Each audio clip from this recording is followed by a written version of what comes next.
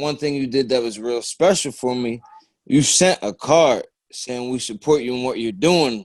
And it had a couple people's different signatures on there. Bill Colarulo. I stepped in the hole and broke both the bones. I think it's called the tibia and fibula. Both the bones of my left ankle, and I had to get 7 screws and a plate to hold my leg together. I had to get rushed to not rushed, but I had to call the ambulance to go to the hospital. I had no money in my pocket, so I leave the hospital on crutches, freshly broke leg, no money for the bus. I go up to the bus driver. I got no money for the bus. Can I get on the bus? And it at first seemed like the bus driver was going to say no, but then somebody from the bus said, I'll pay for him. And that was a blessing. So I got on the bus to head back to where I just came from. And then I was talking to people on the bus, and somebody mentioned you guys. So you guys are really good, to give you a call. And from there, I called you guys, and you were right on it, taking pictures. And then gradually it just built up to like, this is real. Oh, this is real. I came to you guys about 4 years ago, 2017, about March 2017, something like that. And if I could remember, I think I had a cast on my leg. I had a freshly broken ankle. Both of the bones in my ankle were broken. So I came pretty beat down. I was going through a lot the past couple years. I was going through a lot. Jenna was always friendly. She always remembered my name when I called. When I was in the mission, one thing you did that was real special for me, you sent a card saying we support you in what you're doing. And it had a couple people's different signatures on there, Bill Colarulo. And I'm like, wow, they didn't have to do that, but they did to show me support. And whether or not we were going to win this case or not, you guys always showed me that support. Like, we're in your corner. We want you to do better in life. Like, that was more the main priority than winning a case was. And that was really special to me. I really appreciate that. Christine was very supportive of me. Like I said, when I came there, I felt encouraged. She wouldn't let me speak the doubts I had about myself, my own personal problems. She always encouraged me, and you know, I just really appreciate that. I really appreciate that they went above and beyond to care about my spiritual health, I guess you could say. I would have to take the train and the bus from Philadelphia to get there. And you guys were so nice that you would call me an Uber to be able to make it back to the train station. And maybe to some people that might seem small, but that made all the world to me, because I knew I'd be safe. I felt safe. Like I said, I felt encouraged. They wouldn't let me feel down. And the problems I was going through, they gave me information and helped me, and they were sending me cards for support.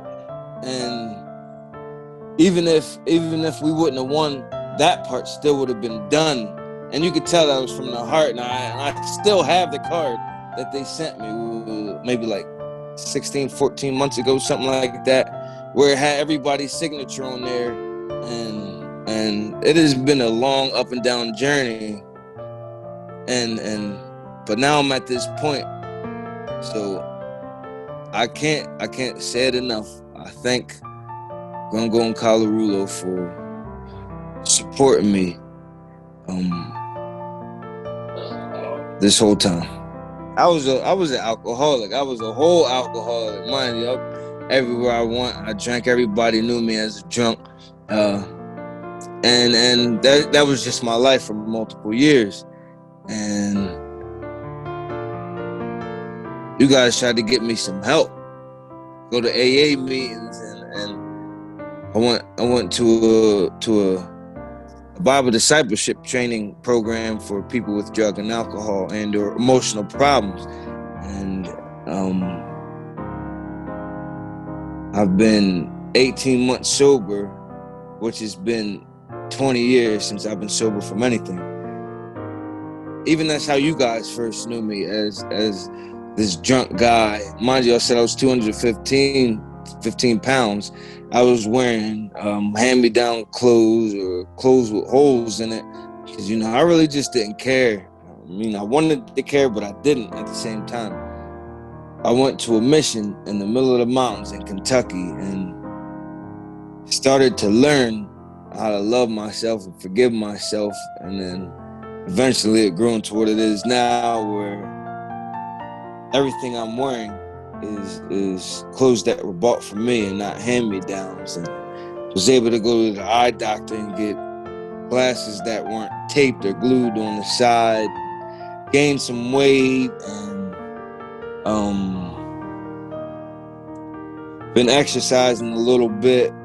So my life has done a whole 180 in the past 4 years. I was beat down. I was depressed, in and out of psych wards and mental hospitals and drug rehab programs. Nothing's going to work for me. Now, at this time, and the fact that we won the case now, it doesn't feel like a coincidence. I definitely feel like it's from God, because had we won this years ago, I probably wouldn't have been ready, and it wasn't for me then, but it's for me now, to where money can be used the right way and to help instead of being a burden on me. And I almost say thanks again for all the Uber rides. I remember saying it back maybe like 2 years ago. I'll pay you back for these Uber rides, I promise. So I'm glad, I'm glad I'm in the position that I am now, and that everything's happening now. So I'm in a good spot right now. How's it changed my life? It gave me hope. You guys always gave me hope, because you never know what's going to happen in life, but I was always encouraged every time I left. I was always encouraged. Even when I wanted to beat myself up and have thoughts of, I always left feeling encouraged.